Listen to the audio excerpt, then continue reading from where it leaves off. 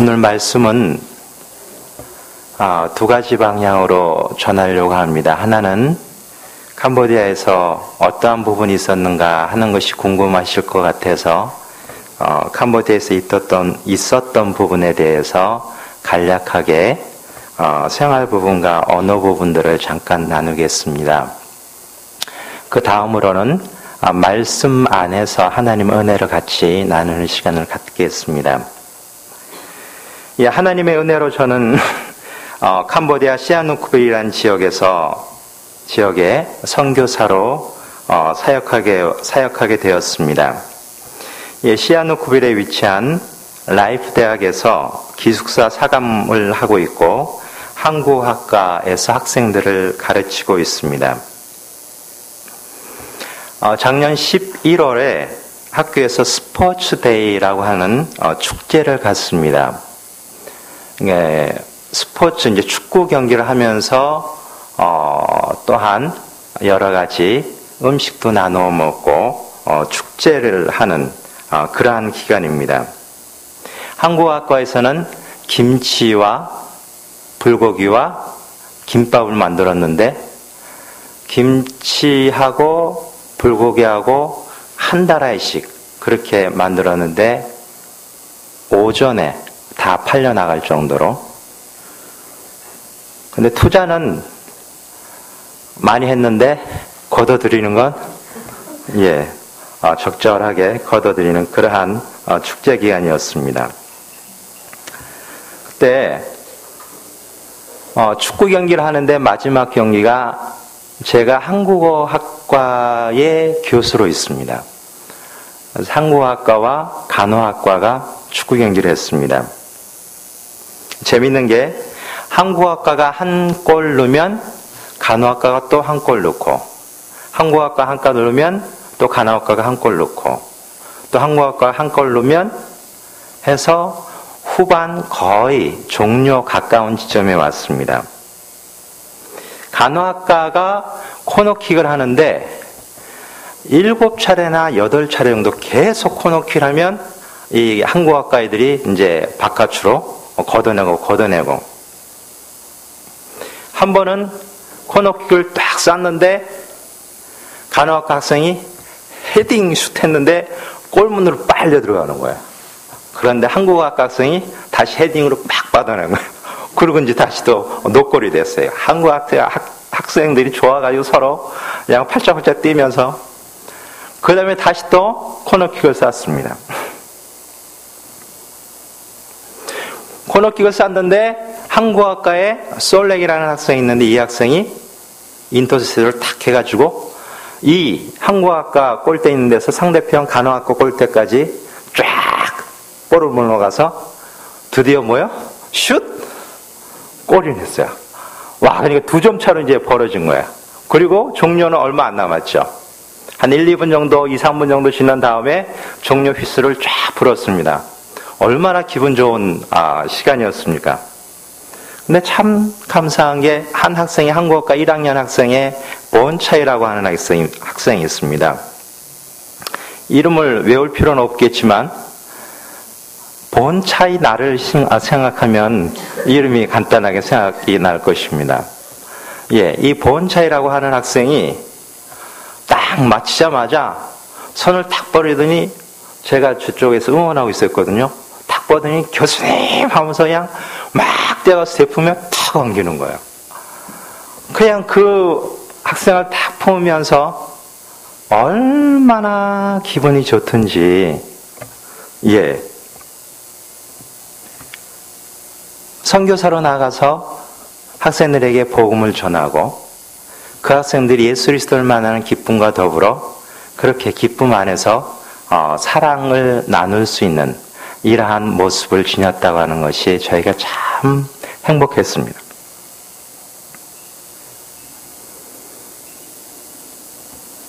한국학과 조교가 로타라고 하는 학생입니다.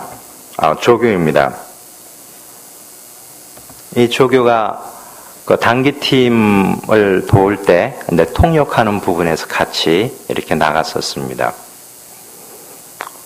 저는 이제 학교 일이 바빠서 금방 못 나가고 나중에 오후에 가게 됐는데, 오후에 가서 이제 거기 딱 서 있으니까 로타이 조교인 녀석이 뒤에 와서는 목을 또 껴안는 거예요. 처음에는 이 녀석이 그냥 목을 껴안으니까 기분이 좋죠. 근데 한 1, 2초 지나면 이제 싹 빼고 이제 가야 되는데 가만히 붙잡고 있는 거예요. 그게 어떻게 해요? 쑥스럽잖아요. 얘 이쪽으로 와라, 옆으로 하라. 그래서 옆으로 손잡고 같이 이렇게 어선도선 있었던 시간이 있었습니다.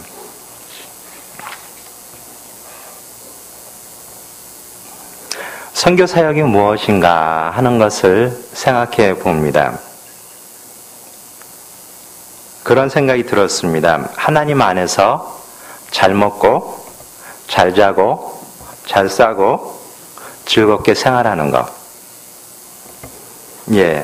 그렇게 주 안에 거하고 있으면 하나님께서 인도하시고, 하나님께서 도와주시고, 하나님께서 열매 맺게 해주시는 것을 참 확인했습니다.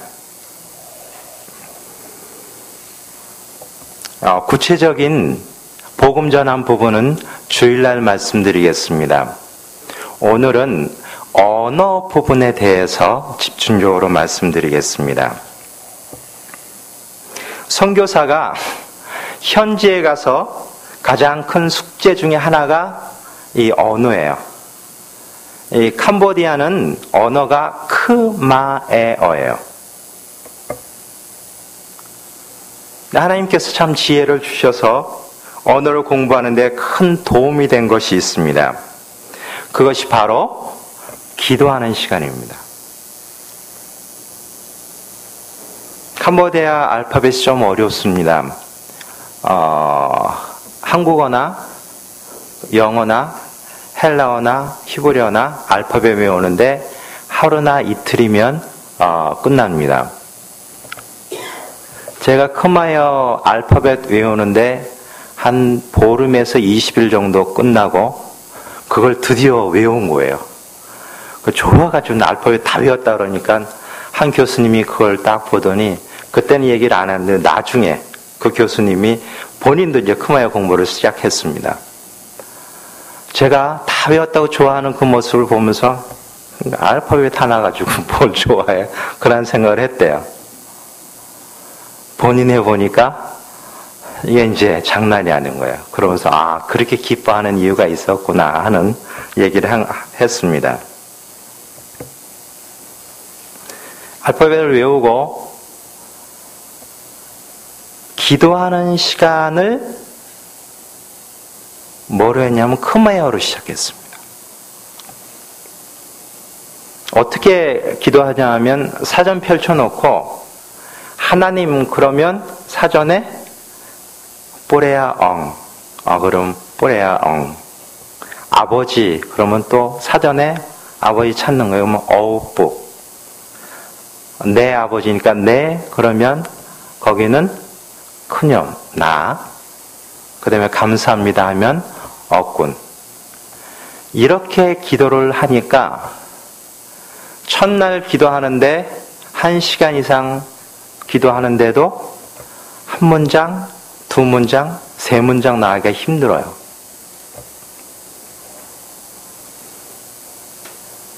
꾸준히 크마이어로 기도하는데 한 보름에서 한 달 정도 지날 때까지는 단어만 나열하는 거예요. 그냥 문장의 의미도 제대로 안 되고 근데 한 달쯤 지나고 나니까 접속사가 무엇인가 그 다음에 전치사가 무언가 또 거기에 들어가는 여러 가지 형용사 하나하나 붙여가면서 그 다음에 기도할 수 있게 되었습니다.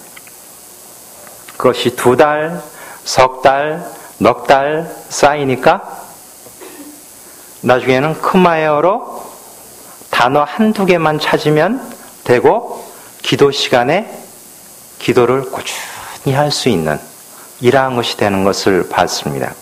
생각해 보십시오.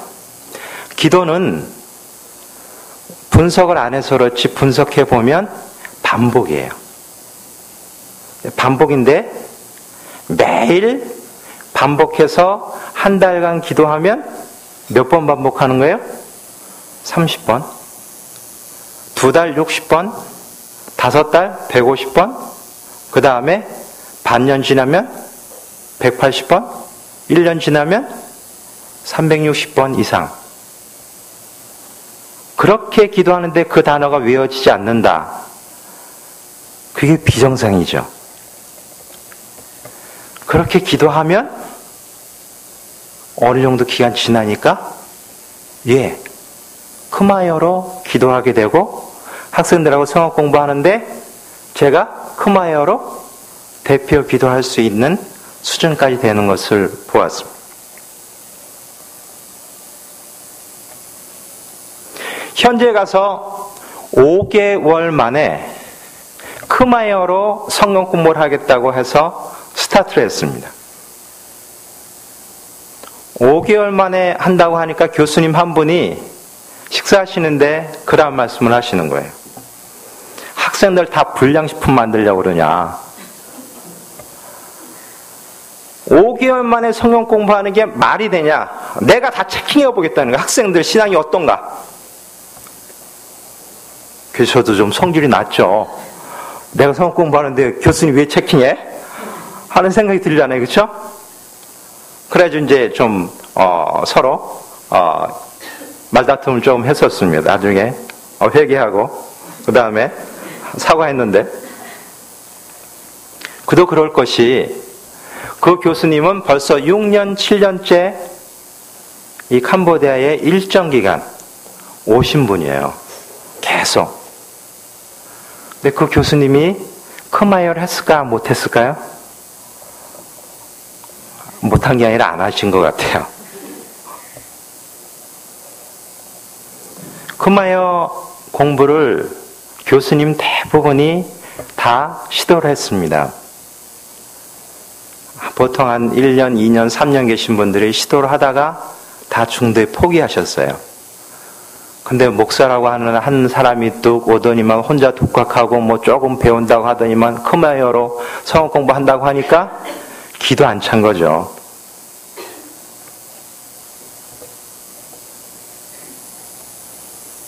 참 감사한 것은 성경 공부를 하면서 처음에는 성경 한 구절을 해석하는데, 그러니까 이제 의미 파악하는 해석이 있잖아요. 의미 파악하는 해석하는 하나 하는 데만 해도 3시간, 4시간이 걸려요. 그리고 그 의미 파악해서 성경 말씀 같이 나누는 것을 또 하는 데에도 몇 시간이 걸리고, 성경 공부 하나 30분 1시간 준비하는 게 보통 이틀 3일이 소요되는 엄청난 시간이 투여되는 것을 봤습니다. 근데 참 감사한 것은 성경 공부를 화려하게는 못해요. 예화나 다양한 여러 이야기를 하지 못하는데 뭐가 좋으냐면 복음의 엑기스만 전하는 거예요. 하나님 말씀 안에 성경 안에서 복음이 뭔지, 구원이 뭔지, 이 하나님의 은혜가 무엇인지 그거에 대해서 바른 설명만 간단하게 하면서 서로 나누게 되는데 그게 은혜가 있더라고요. 하나님 말씀이 전해지면 그 안에, 그 학생들 안에 뭐가요? 하나님의 영이 역사하시는 것을 하나하나 보게 되었습니다. 한번 학생들에게 물어봤습니다. 예수님 믿은 지 몇 개월밖에 안 된 이 학생들한테 너희 안에 예수 그리스도가 계시냐? 라고 물어봤습니다. 한 학생 다 체킹하는데 계시대요. 그래가지고 진짜 계신가? 근데 나는 염려하는데 걔네들은 너무너무 즐거워하는 거예요. 그렇구나. 복음을 전하면 하나님께서 그들 안에서 일을 구원의 역사들을 이루어 가시는구나 하는 것을 참 봤습니다. 감사하게도 그렇게 성역 공부하는 학생 중에 한 11명 정도가 예수님 새로 믿고 작년 크리스마스에 세례를 받았습니다. 한 25명에서 26명 학생이 전 교회에서 세례 받았는데 그 중에 11명이 저하고 성역 공부하면서, 그리고 성역 공부하는 학생들이 많아져서 한 20여 명 학생들이 지금 성역 공부하고 있습니다. 한 7, 8개월 되니까 통역이 이제 가능해지는 거예요. 교수님들 필요한 거 있으면 제가 이제 이야기를 하면서 그래도 간단하게라도 서로 의사 표현하고 제가 전달해주고 하는 것이 되니까, 그 다음에 한국어학과를 전면적으로 크마이어와 한국어를 통역하는 부분으로 그렇게 가르치고 있습니다. 성역 공부를 하는데 하루에 일주일에 3번씩 성역 공부를 하는데 크마이어로 학생들에게 성역 공부하고 있습니다. 그렇게 되니까 교수님의 반응이 이제 확 바뀌었습니다. 불량식품 만드는 거 아니냐 하더니만 이제는 어떤 말씀 하시냐 하면, 와, 목사님은 하나님께서 특별한 은혜를 주셔가지고 언어에 대해서는 특별하대요. 네, 맞습니다. 하나님께서 은혜 주셨습니다. 참 감사한 것이 복음의 일에 참여하니까, 복음의 일에 참여하고 있으니까 하나님께서 지혜도 주시고 능력도 주시고 열매도 허락해 주시는 것을 확인하게 되었습니다. 오늘 본문 말씀을 보겠습니다. 본문 말씀 1장 3절 말씀을 같이 읽겠습니다. 시작. 내가 너희를 생각할 때마다 나의 하나님께 감사하며. 사도 바울이 이 빌립보 교회를 생각할 때마다 하나님께 감사하다는 것이 참 이해가 돼요. 왜냐하면 5절 말씀 보면 너희가 첫날부터 이제까지 복음을 위한 일에 참여하고 있기 때문이라 그러면서 이 빌립보 교회가 참 신실하게 이 복음을 위한 일에 아름답게 사역하고 있었습니다. 사도 바울이 참 감사할 거다 하는 것이 이해가 됐습니다. 이 말씀을 읽으면서 문득 생각이 들었습니다. 그러면 고린도 교회를 향해서는 사도 바울이 뭐라 그랬을까? 왜 고린도 교회를 생각했냐 하면 고린도 교회는 분쟁의 문제가 있었습니다. 음란의 문제가 있었습니다. 재판하는 송사의 문제가 있었습니다. 우상 제물의 문제가 있었습니다. 그러니까는 문제란 문제덩어리는 총체적으로 갖고 있는 것 같은 그러한 것이 이 고린도 교회였습니다. 개인적으로 생각하기를, 그렇게 문제가 많으면 난 그 교회 생각하면 진절머리가 난다. 나 어떻게 그렇게 그냥 교회가 그 모양이냐라는 생각을 할 것 같았습니다. 제 생각은. 고린도전서 1장 4절 말씀을 보겠습니다.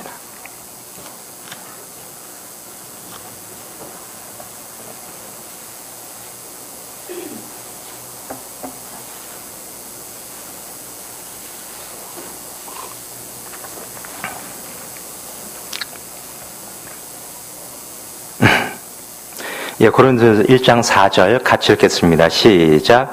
그리스도 예수 안에서 너희에게 주신 하나님의 은혜로 말미암아 내가 너희를 위하여 항상 하나님께 감사하노니. 사도 바울이 이 고린도 교회를 향해서 무엇했다? 항상 감사했어요. 의외였습니다. 바울의 서신서를 전체적으로 확인해 봤습니다. 사도 바울이 감사하지 아니한, 감사의 글이 없는 부분이 서신서가 딱 하나 있습니다. 그게 무엇이냐면 갈라디아서입니다.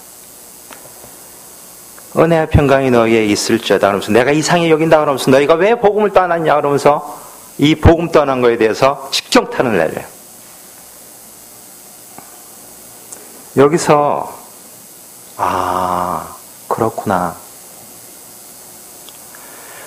우리가 문제가 없기 때문에 감사하는 것이 아니라 그리스도의 복음 안에 들어왔고 예수 그리스도를 믿는 믿음 안에 있기 때문에 우리는 감사하고 내 주변의 환경에 감사의 됨을 보게 되었습니다.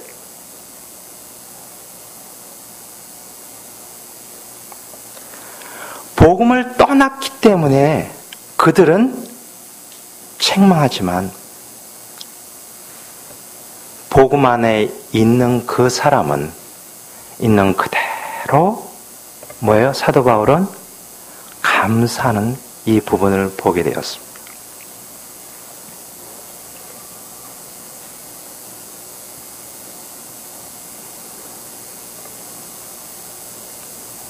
성도의 삶을 생각해 볼 필요가 있다라는 생각이 들었습니다. 속상한 일이 많습니다. 계획했던 부분이 어그러졌습니다. 여러 사회 안에서의 문제점들이 있습니다. 그러한 것 때문에 나는 힘들다, 어렵다 라는 생각을 갖기 쉽습니다. 왜 나만 이렇게 고생해야 되는가? 왜 내 주변에 이렇게 문제덩어리 속에 많이 있는가? 이것 때문에 심각하게 고민하는 사람도 있을 수 있습니다. 근데 성도는 환경 때문에 좌우되는 자가 아니라 예수 그리스도의 복음 안에서 예수님께서 내 죄를 위해서 십자가에 못 박혀 죽으시고 예수님께서 새 생명 주시기 위해 부활하신 그 복음의 감격 속에서 환경이 문제가 아니라 이 복음 안에 있는 그것 자체로 우리는 감사하는 자입니다.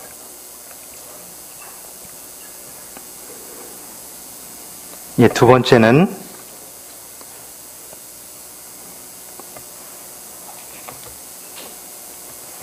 4절 말씀 같이 읽겠습니다. 4절 말씀 시작. 간구할 때마다 너희 무리를 위하여 기쁨으로 항상 간구함은. 사도 바울은 이 빌립보 교회를 향해서 간구하는데 뭐 했다고요? 기쁨으로 간구. 그러니까 빌립보 교회를 생각하면 마음이 흐뭇한 거예요. 기쁜 거예요. 고린도 교회를 향해서는 어떻게 말씀하고 있냐면 거룩한 안타까움으로 내가 많은 큰 눌림과 걱정이 있으면서 많은 눈물로 너희를 사랑하는 마음으로 이렇게 했다 하는 편지를 썼다 하는 것이 고린도 후서에 나타나고 있습니다. 우리에게 주어진 환경이 어려울 수도 있는데 그 어려움 때문에 감사하지만 사도 바울은 어떻게 했어요? 그것으로 사랑 가운데 눈물로 기도하며 그들에게 하나님의 뜻을 전한 이 모습을 보게 됩니다. 그 사도 바울이 빌립보 교회를 향해서는 기쁨으로 간구하는, 너무너무 좋아서 기쁨으로 간구하는 이 모습을 볼 수 있습니다. 왜 그렇게 기쁨으로 간구하고 있냐 하면 5절 말씀의 그 이유를 설명하고 있습니다. 같이 읽겠습니다. 시작. 너희가 첫날부터 이제까지 복음을 위한 일에 참여하고 있기 때문이라. 예. 빌립보 교회는 복음을 위한 일에 어떻게 했다고요? 참여하고 있기 때문에. 그러면 복음을 위한 일이 무엇인가? 예, 저는 선교사로 나아가고 있기 때문에 이 선교사의 사명의 이 일들을 감당하는 것이 복음을 위한 일입니다. 근데 복음을 위한 일을 묵상해 보니까 그렇습니다. 큰 거창한 것이 아니라 하나님 앞에 예배 드리는 것, 교회에 주일 예배 출석 잘하는 것, 내게 맡겨진 직분 성실히 감당하는 것, 가정을 사랑으로 돌보는 것, 이것이 복음을 위한 일이다 하는 것을 보게 되었습니다. 근데 이 빌립보 교회는 언제부터 언제까지요? 첫날부터 지금까지. 그러니까 변함이 없이 꾸준히 복음을 위한 일에 참여하고 있기 때문이라고 말씀하고 있습니다. 제가 다락방에 성역 공부 이제 하늘빛 우리 교회에서 1년간 있으면서 다락방에 성역 공부를 좀 했습니다. 근데 그때 한 집사님이 저한테 질문을 했어요. 목사님 개척교회 좀 오래 하셨다고 하는데 어떤 성도가 가장 고마워요? 그 질문을 하셨습니다. 그 질문을 받고 조금 생각했습니다. 그러한 질문을 받아본 적이 없기 때문에 조금 생각했습니다. 그리고 그러한 이야기를 했습니다. 목회가 바빠서 이것저것 열심히 막 하고 있다가 어느 날 뒤를 딱 돌아봤는데 본인이 있어야 할 그 자리에 그대로 있는 그 성도, 그 집사님, 그분을 볼 때 가장 감사했다, 가장 좋았다라는 생각이 들었고 그 얘기를 했습니다. 제 소원 또한 그렇습니다. 처음부터 이제까지 복음을 위한 일에 참여하는 자로, 복음의 협력자로 끝까지 충성하는 선교사가 되기를 소망합니다.